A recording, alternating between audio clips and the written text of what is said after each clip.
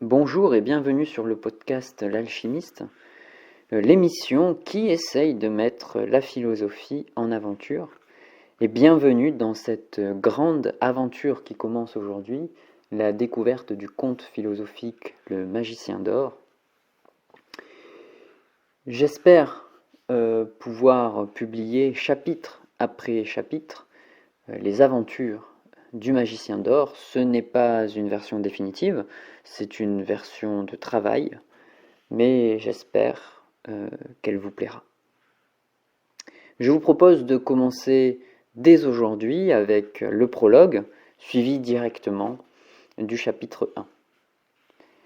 Je vous souhaite non pas une bonne lecture, mais une bonne écoute, et à tout à l'heure.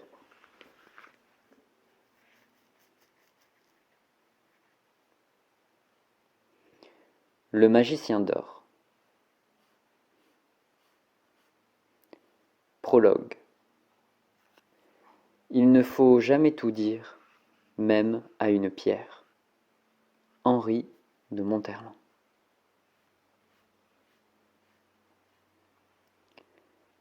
Il y a très longtemps, lorsque l'humanité venait à peine d'éclore des entrailles de l'évolution, tous les êtres vivants vivaient dans l'amour universel, selon les lois naturelles. Il n'y avait pas de considération de bien ou de mal. Il n'y avait nulle haine, nul ressentiment, nulle cruauté. Ceux qui devaient tuer pour se nourrir tuaient, et ceux qui devaient être mangés l'étaient. Ceux qui devaient se reproduire se reproduisaient, et ceux qui devaient s'éteindre s'éteignaient. Les notions de lumière et de ténèbres étaient absentes, de mieux ou de moins bien également, tout comme la peur de mourir ou de vivre. La vie était comme elle devait être, selon l'ordre naturel des choses. Toutes les espèces vivantes, végétales, animales, minérales, étaient fières de participer à cet équilibre naturel, car elles étaient animées d'une énergie inquantifiable appelée l'amour universel. Celui-ci permettait à ces espèces de vivre de manière totalement connectée. Les hommes connaissaient les intentions des animaux, savaient parler aux plantes, apprenaient des minéraux. Tout se passait sans un bruit, sans une parole, par de simples intentions partagées dans l'amour universel, jusqu'à ce qu'un homme tomba amoureux. La raison en est encore abstraite, peut-être y était-il prédestiné, ou peut-être cela devait-il arriver malgré le chaos que cela entraîna.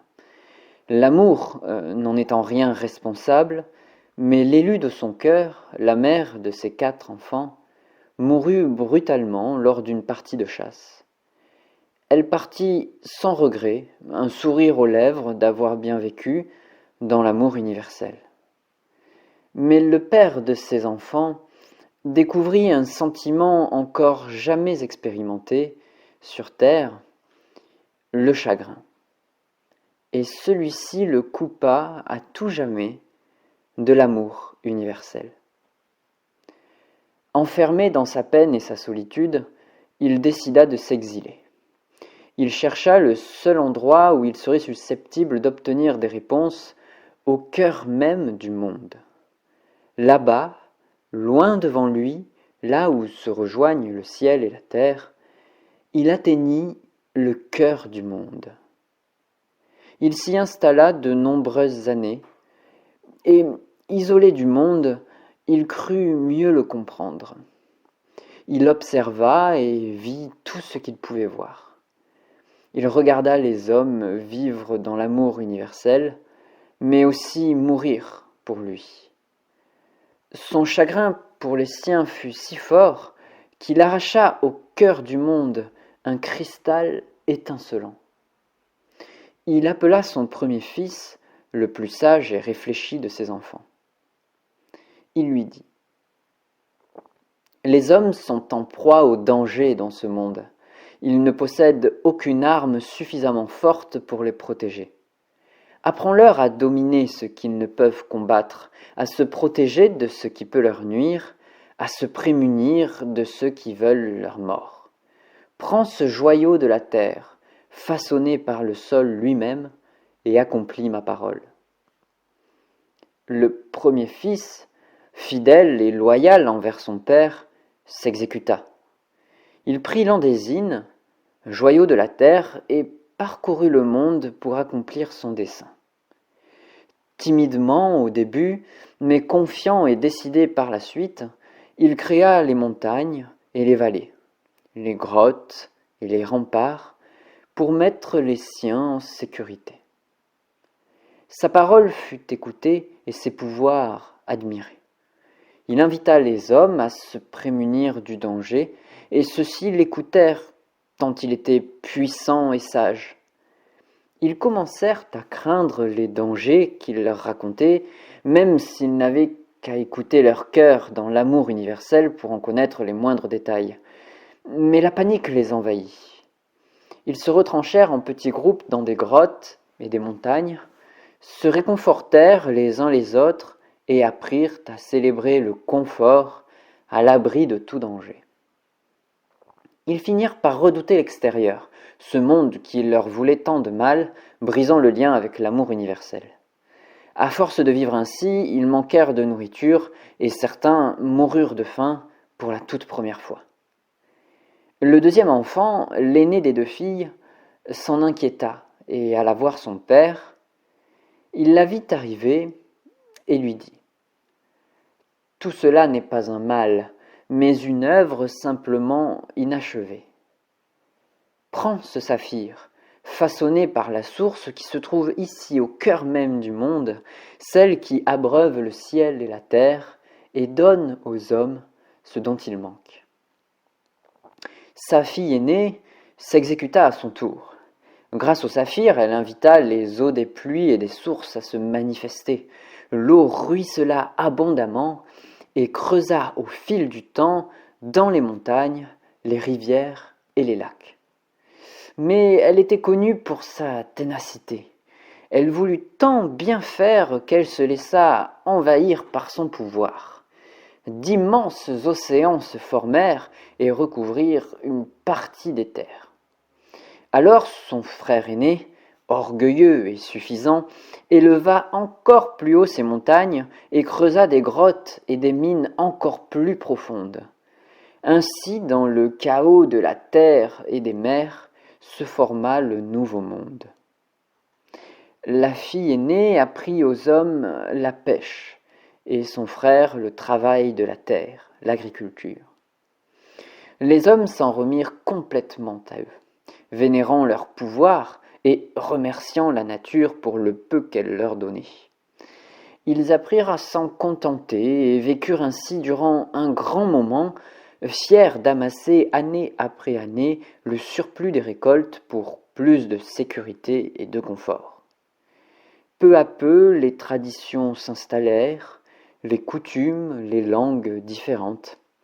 Chaque groupe vivait dans son coin, rassuré d'être dans un lieu sûr, confortable et modeste. Cela ne plut pas au troisième enfant, la fille cadette, la plus ambitieuse de ses frères et sœurs. Elle alla donc voir son père pour lui expliquer ce que les hommes étaient devenus et qu'ils ne vivaient plus. Ils se contentaient de survivre dans l'ombre, de se tapir au fond de leurs grottes et de leurs montagnes, passant leurs journées à travailler la terre sans plaisir et leurs nuits à dormir sans rêve. Son père la comprit et lui dit : « Les hommes se sont vidés de leur volonté. Ils vivent sans amour et sans magie, dans l'ignorance et la pauvreté. Montre-leur que la vie est vie, que le savoir est précieux, que l'amour est bon. Prends ce rubis, arraché du soleil lui-même, et allume la flamme dans le cœur des hommes. » La fille cadette détenait enfin un pouvoir égal à celui de son frère et de sa sœur. Affligée par les divers changements qu'ils avaient causés jusqu'alors, elle était toutefois tant attachée à son père qu'une part d'elle-même s'accrochait encore à l'amour universel pour le sauver. Grâce à son nouveau pouvoir, elle pouvait reconstruire le monde et achever le dessein de sa famille. Grâce au rubis, elle insuffla dans le cœur des hommes la passion, la curiosité et la soif de connaissance. Les hommes se mirent à créer de la musique et des chants, à transmettre le savoir et à réapprendre du monde extérieur. Hélas, trop jeune et déterminée à accomplir le projet familial, elle se laissa prendre à son propre jeu. Elle ne put pas s'arrêter. Les hommes commencèrent à convoiter, à jalouser, à prendre ce qui ne leur était pas donné. Les guerres firent leur apparition, entre petits clans d'abord, puis entre groupes de versants différents d'une même montagne, puis entre montagnes. Isolés les uns des autres, ils avaient tant évolué différemment qu'ils ne se comprenaient plus. Ils se méfiaient, se dédaignaient. Certains, plus ambitieux que d'autres, se hissèrent au sommet des groupes. Des leaders, assoiffés de pouvoir, prêchant la sécurité, l'ordre et la fin de la terreur. Le soleil était leur symbole, leur divinité et leur exemple. Ils souhaitaient rayonner, eux aussi, sur l'ensemble du globe pour n'avoir aucune limite à leur pouvoir. Ils voulaient tout posséder. Le monde fut ravagé par les flammes du désir et les braises de la convoitise. Le cœur du monde fit de l'homme son ennemi et invita les animaux, végétaux et minéraux à ne pas faciliter cette folie. Depuis lors, les plantes reprennent possession des terres délaissées par l'homme, les animaux se refusent à communiquer avec lui, et les minéraux se cachent loin sous terre pour ne pas être trouvés. Le père, déchiré par la douleur qu'il infligeait au cœur du monde, appela son dernier fils. Celui-ci était le plus naïf et le plus rêveur de ses frères et sœurs. Il lui dit : « Fils, notre famille sera à jamais liée à l'amour universel par mon sacrifice. J'ai rompu ce lien par amour et par chagrin, mais le cœur du monde semble vous avoir préservé. Répare mes erreurs, celles de tes sœurs et de ton frère. Explique aux hommes qu'ils viennent tous du même endroit et que seul l'amour universel peut les sauver. Le cœur du monde m'a offert cette pierre taillée par le ciel lui-même. Prends-la, mais je t'en prie, ne nous juge pas trop sévèrement. » Le fils cadet ne perdit pas un instant. Il poussa le vent à travers le monde. Les semences des arbres se mélangèrent, les oiseaux transportèrent leurs graines, les fleurs volèrent d'un endroit à l'autre, et tout élément immobile se mit en action. Les hommes apprirent à voyager sur terre et sur la mer. Ils commercèrent, échangèrent, se questionnèrent, apprirent les uns des autres. Leurs différences faisaient désormais leur richesse. Les guerres devinrent moins fréquentes, les peuples moins sédentaires. Le savoir circula plus facilement. Le cœur du monde s'apaisa et autorisa à l'homme à subsister pour qu'il tente à nouveau de se reconnecter à l'amour universel. Mais ce travail reste long et difficile, et l'homme titube souvent dans sa tâche, déchiré entre les 4 pouvoirs des frères et sœurs. Le premier fils, orgueilleux et en colère de n'avoir pas su contrôler son frère et ses sœurs, se replia dans une grotte cachée de tous. La fille aînée, rancunière et blessée, se terra au fond de l'océan. La fille cadette, ambitieuse et déçue, s'en alla rejoindre le soleil. Quant au dernier fils, naïf et curieux, on dit qu'il ne cessa jamais de parcourir le monde. Le père manqua de courage pour partir du cœur du monde. Il observa ses enfants et vit tout le travail qu'il restait à accomplir. Il apprit le regret, le remords et la culpabilité. Mais pour lui enseigner que tout ceci ne devait pas l'arrêter, le cœur du monde lui offrit une seconde chance. Il provoqua en lui le retour à l'amour universel. Le Père retrouva alors enfin la paix. Mais il décida, pour que jamais cette histoire ne se perde, de se sacrifier. Il se divisa en milliards de parcelles, une pour chaque homme et chaque femme présents sur cette terre. Une parcelle cachée dans le plus profond endroit de l'âme. Une parcelle d'amour universel pour permettre aux hommes et aux femmes de le retrouver.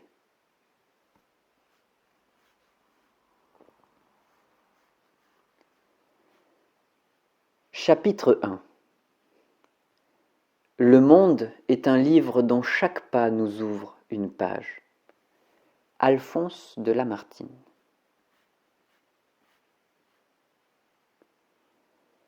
Cette nuit-là, j'allais quelque part.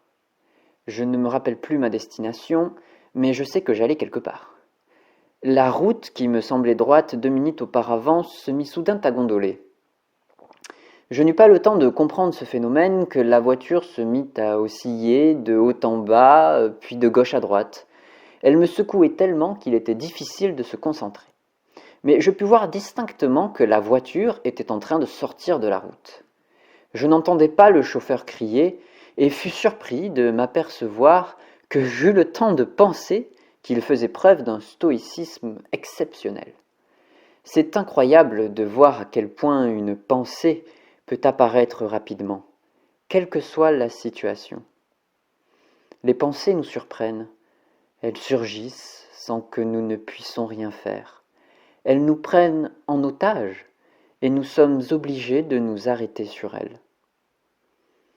Toutefois, je ne suis plus certain qu'il y avait un chauffeur, à vrai dire, puisque je crois discerner mes mains sur le volant. Je me rappelle tituber à l'extérieur de la voiture, du sang sur mon front, les cheveux en bataille dignes d'une coiffure des années 80. J'étais dans un champ, vert, arboré, très vert, beaucoup trop, scintillant peut-être, suffisamment pour me questionner.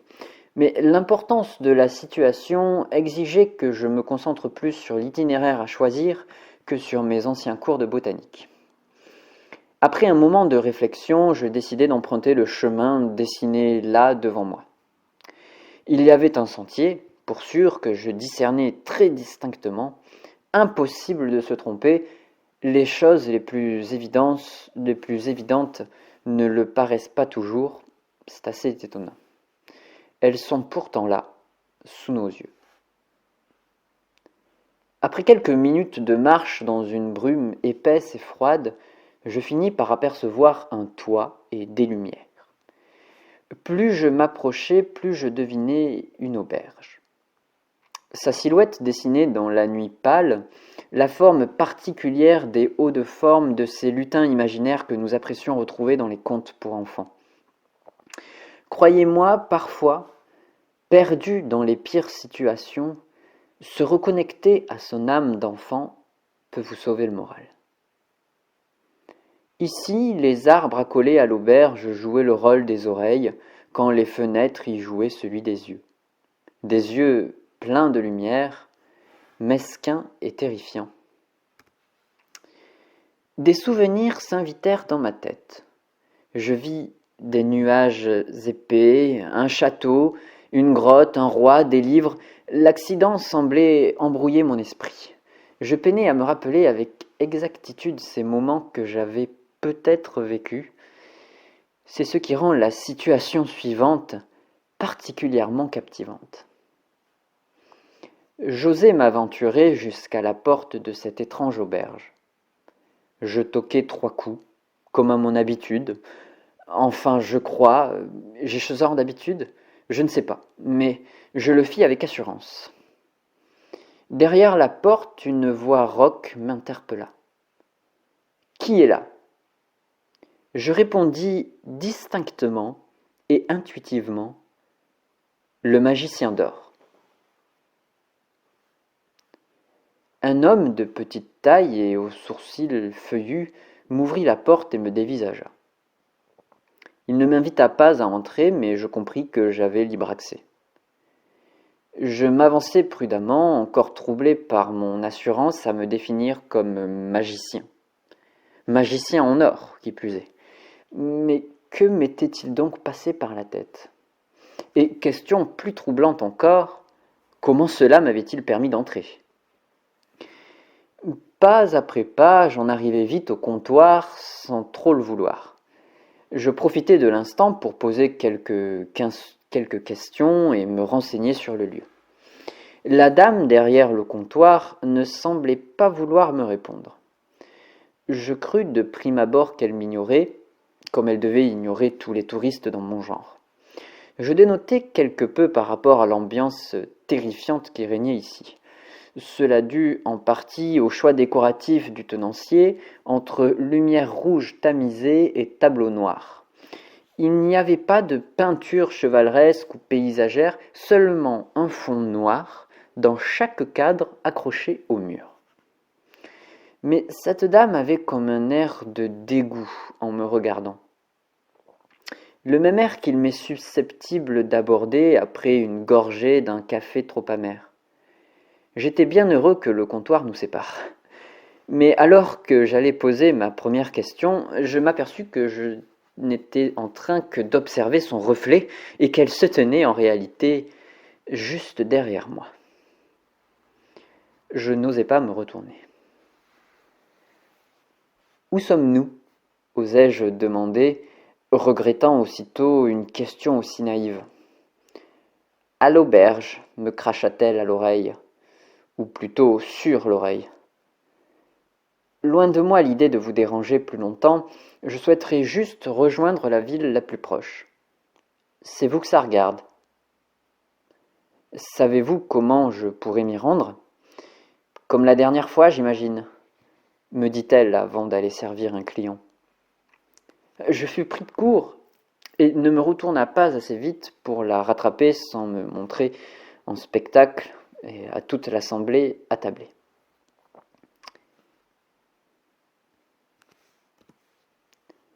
Je remarquai toutefois au fond de la pièce un homme barbu, le visage plus marqué par la labeur de l'effort que le poids des années. Il me souriait devant sa télévision. Je décidai de m'approcher de lui, me forçant à retrouver cette assurance dont j'avais fait preuve à l'entrée. Peut-être serait-il plus bavard que la maîtresse de maison. « Bonsoir. » Il prit le temps de m'observer avant de me répondre. « Vous semblez perdu. » En effet, je viens d'avoir un accident à quelques pas d'ici. Je cherche juste un téléphone pour pouvoir rentrer. Peut-être pouvez-vous m'aider ? Vous aider ? Moi ? Répondit-il étonné. Et pourquoi pas ? Osai-je en gloussant comme un imbécile pour détendre l'atmosphère. Mais parce que le magicien d'or n'a besoin de personne. Son rire devint mesquin, presque menaçant. M'étais-je fait passer pour quelqu'un que je n'étais pas? Cela n'était pas mon intention. À vrai dire, j'étais assez inquiet d'être ici. Et cet endroit n'était guère rassurant. Je pensais fort à mes amis, à ma famille. Je voulais simplement rentrer et oublier cet endroit. Le choc de l'accident, à présent passé, je me dis que mon portable était sûrement tombé dans la voiture ou à proximité. Il était temps d'y retourner. Ici, même un verre d'eau ne m'inspirait pas confiance. Je m'avançai donc vers la porte et le petit homme me laissa sortir. Mais il ne ferma pas la porte derrière moi. Il continua de m'observer. Lui et la dame du comptoir, puis l'homme barbu, puis tous ceux de l'auberge finirent par sortir sur le pas de la porte. Ils me regardaient à mesure que je me défilais, mais je n'avais pas envie de les affronter, pas envie de savoir, pas envie de renouer avec ces souvenirs, ces comme la dernière fois, ou ces magiciens d'or. Laissez-moi juste rentrer chez moi, laissez-moi fuir. Mais mes pensées s'arrêtèrent lorsque j'aperçus la chose la plus incroyable de toute ma vie. Ma bouche dut s'ouvrir toute seule, car je sentis le goût amer de la brume épaisse se déposer sur ma langue. Par-delà l'auberge, juste derrière, se dessinait la silhouette d'un géant. De 3 ou 4 fois la hauteur de l'auberge, une immense carcasse noire qui avançait vers elle.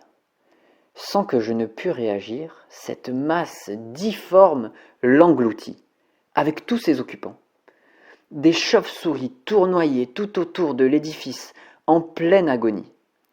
Elles obstruaient toute la lumière qui pouvait jusqu'alors traverser les fenêtres de l'auberge. Tout devint plus noir. La seule clarté restante émanait de la lune. Et ceci me permit de m'apercevoir que le géant que je discernais n'était rien d'autre qu'un amas d'innombrables chauves-souris dans une danse organisée et terrifiante. Elles s'engouffraient par les fenêtres, la porte grande ouverte et la cheminée. Les cris des clients me glacèrent le sang. Mais lorsqu'ils prirent fin, les chauves-souris se rassemblèrent à nouveau pour dessiner la silhouette d'un géant qui tendait désormais sa main vers moi pour m'attraper. Je devais fuir, mais j'en étais incapable. Avez-vous déjà aperçu la mort faire son œuvre devant vous ? J'étais tétanisé. L'une des pires sensations que peut expérimenter un être humain. Quand votre corps ne vous répond plus, votre esprit s'agite, panique, tambourine dans votre tête, mais le corps reste immobile. Incapable de même sentir vos bras et vos jambes, et encore moins capable de les mouvoir. L'esprit est emprisonné, capturé dans un amas de chair et d'os qui n'obéissent désormais qu'à leur propre volonté. « Cours !» cria une voix dans ma tête. « Cours !» Cette voix me secoua de l'intérieur, assez pour reprendre le contrôle. Je bougeai, et rapidement me mis à courir vers la forêt. « Plus vite, cours !» répéta à nouveau cette voix dans ma tête. Une voix familière, semblable à la mienne. Je savais que je n'avais pas le temps d'y penser, mais celles-ci ont vite tendance à se manifester sans attendre d'invitation. Je savais en revanche que je n'aurais pas le temps de rejoindre la voiture, quand bien même elle serait encore en état de fonctionner. Mon seul recours était de courir à corps perdu dans la forêt, sans me retourner.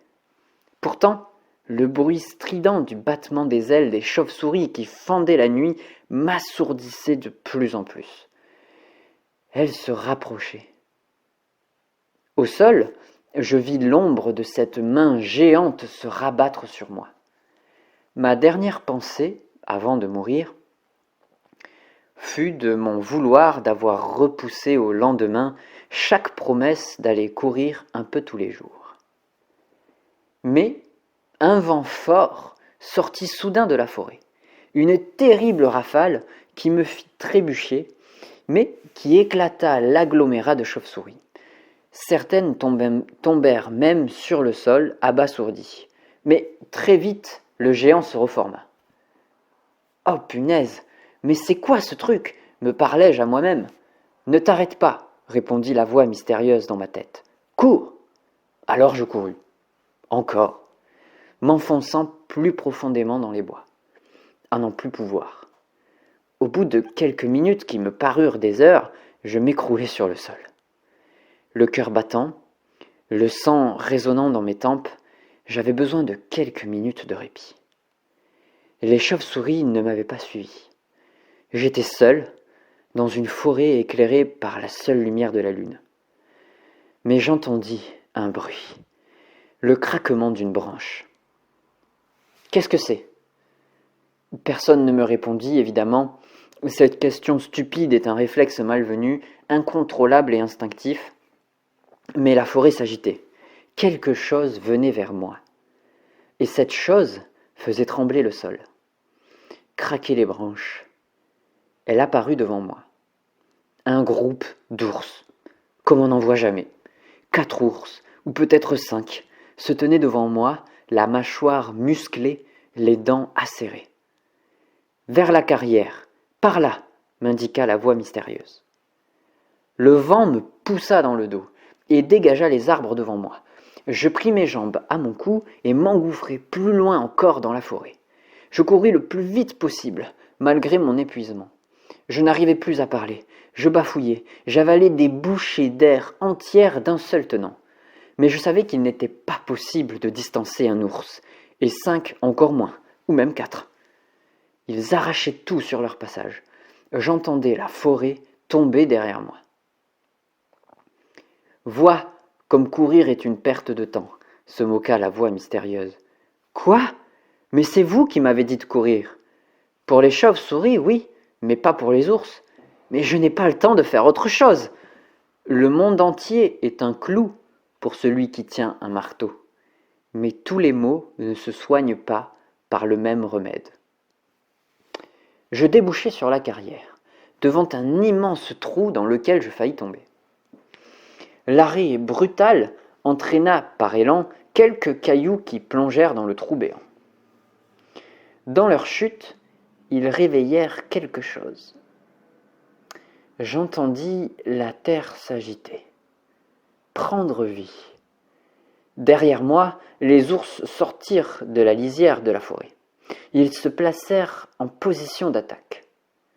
Ma tête oscillait entre la crevasse d'un côté et les ours de l'autre. Quand soudain, des centaines de chauves-souris sortirent de terre. La bruyante chute des quelques cailloux les avait réveillées. Mais au lieu de m'attaquer, elles firent diversion. Les ours reculèrent, désorientés. Les adversaires d'aujourd'hui peuvent être les alliés de demain, précisa la voix mystérieuse. Parfait, on s'en va. Je contournai durant de longues minutes la carrière pour déboucher dans une clairière. Et celle-ci m'offrit un spectacle magnifique. Des milliers de lucioles bleues dansaient au-dessus des herbes. Elles éclairaient les alentours dans leur danse voluptueuse et chorégraphiée. Cet instant était magique. Il m'offrait un réconfort que j'estimais mérité. J'étais perdu, seul, avec une voix dans ma tête, pourchassé par des chauves-souris et des ours.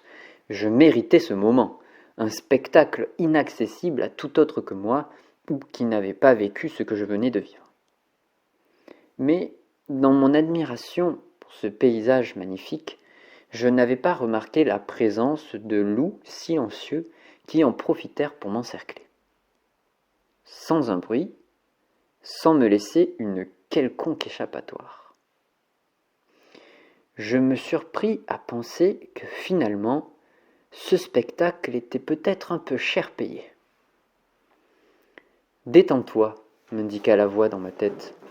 « Je ne peux pas. »« Pourquoi ? » ?»« J'ai peur. »« Peur de quoi ? » ?»« J'ai peur de mourir.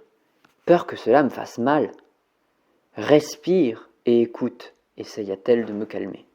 « Mais je ne peux pas, je suis terrifiée. » Mais la terre nous a appris à attendre, à observer et écouter avant d'agir. Qu'une seule à la fois.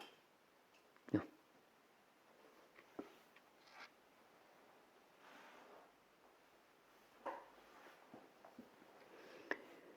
Mais la terre nous a appris à attendre, à observer et écouter avant d'agir. D'agir qu'une seule fois, avec force et confiance. Tu t'agites, tu fuis, mais cela ne t'amène que d'obstacle en obstacle. Écoute plutôt, apprends. Une fois de plus, une pensée s'invita dans mon esprit. Un souvenir. Un vrai, réel et palpable. Ces souvenirs qui nous ramènent au passé, comme si c'était hier. Je vis mon grand-père, assis sur le sol du salon, m'essuyant la figure des coups que j'avais reçus d'autres garçons de mon âge. Il me racontait une histoire, l'histoire d'un combat terrible qui se produit à l'intérieur de nous. De deux loups qui s'affrontent dans notre cœur. L'un est orgueil, souffrance, colère, arrogance et avidité. L'autre loup est espoir, pardon, bienveillance et humilité. Mais l'un des deux finira un jour par prendre le dessus sur l'autre. « Lequel des deux va gagner, papy ?» lui avais-je demandé. « Celui que tu nourris, » m'avait-il répondu. En face de vrais loups, désormais, prêts à faire de moi leur repas, cette histoire prenait une toute autre résonance. Je n'allais être qu'un repas de plus. Il n'y avait peut-être rien de plus à y voir. Pas de haine ni de cruauté, juste une nature ainsi faite. Exactement, me répondit la voix mystérieuse. Mais tu as le droit de vouloir survivre, et eux ne t'en voudront pas pour cela. Tu as raison, et je ne mourrai pas aujourd'hui, dis-je distinctement, à voix haute, avec assurance. Les loups me jugèrent un instant, puis finirent par s'en aller. Dans l'amour universel, tout le monde a sa place et le droit de la défendre. Ne l'oublie pas. Le vent se renforça légèrement, poussant les lucioles à se rassembler. Elles tournoyèrent au-dessus de moi et partirent en direction de l'aurore qui amorçait sa venue. Comme une invitation à les suivre, je ne les fis pas attendre. Je ne souhaitais pas particulièrement presser mon pas, mais elles m'obligèrent à accélérer. Elles m'entraînèrent une fois encore dans la forêt. Les arbres se pliaient à leur arrivée, mais se refermaient aussitôt après leur passage, ce qui me suggéra de courir pour ne pas finir broyé par la végétation. Et ma course s'accéléra, encore et encore, mais elle ne dura pas. Très vite, j'arrivai aux portes d'un château. Celles-ci s'ouvrirent, et les lucioles s'engouffrèrent à l'intérieur.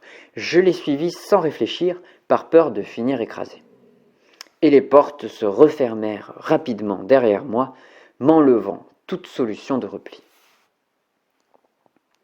Essoufflé, transpirant, je reprenais peu à peu ma respiration, mais j'entendais déjà des râles dans le hall. Quand je levai la tête, je fus soulagé de voir des êtres humains. Ils me regardaient avec agacement, mais aucun d'entre eux ne m'interpella.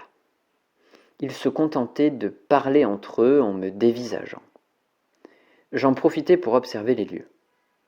Le hall était très spacieux.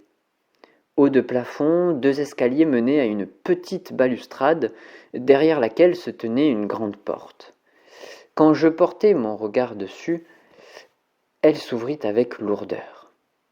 Un vieil homme en sortit, le crâne rasé et la barbe grise. Il portait une longue robe grise. Seule une légère nuance de couleur me permit de distinguer son immense barbe de sa robe. Sans doute un magicien, pensai-je, ou un sage. Il se plaça en haut de la balustrade et ouvrit les bras en me regardant. Il lança d'une voix rauque et puissante « Bienvenue, maître !»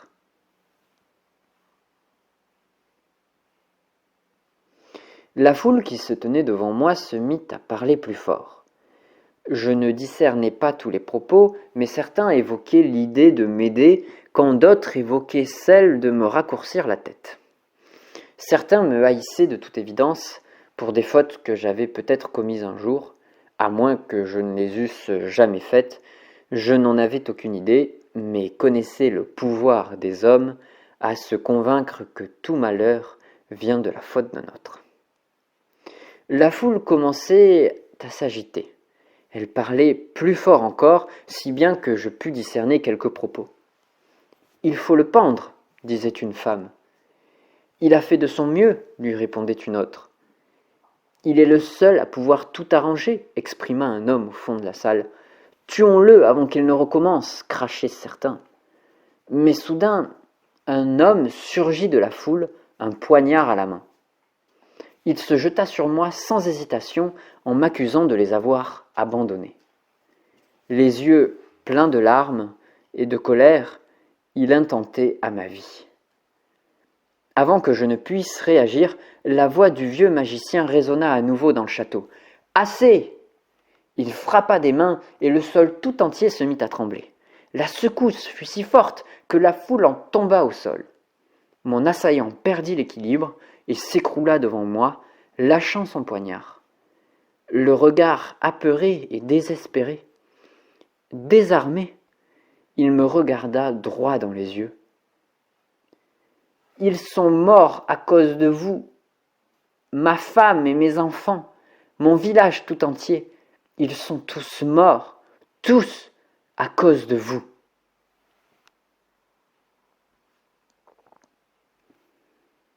C'est la fin de ce premier chapitre. Merci d'avoir été attentif jusqu'au bout. J'espère qu'il vous a plu.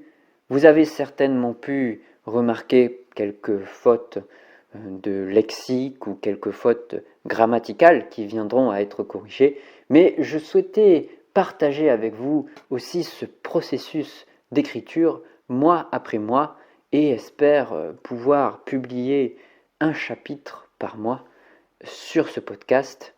C'est également disponible sur la plateforme d'écriture et de lecture Wattpad avec mon profil Alchimiste Podcast pour ne pas trop changer.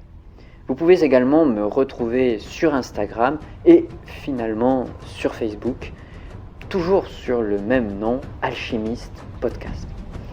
Je vous dis à très bientôt sur ce podcast ou sur 6ème de couverture, le podcast qui a l'audace d'aider les auteurs à captiver leur public. Et j'espère vous retrouver très bientôt.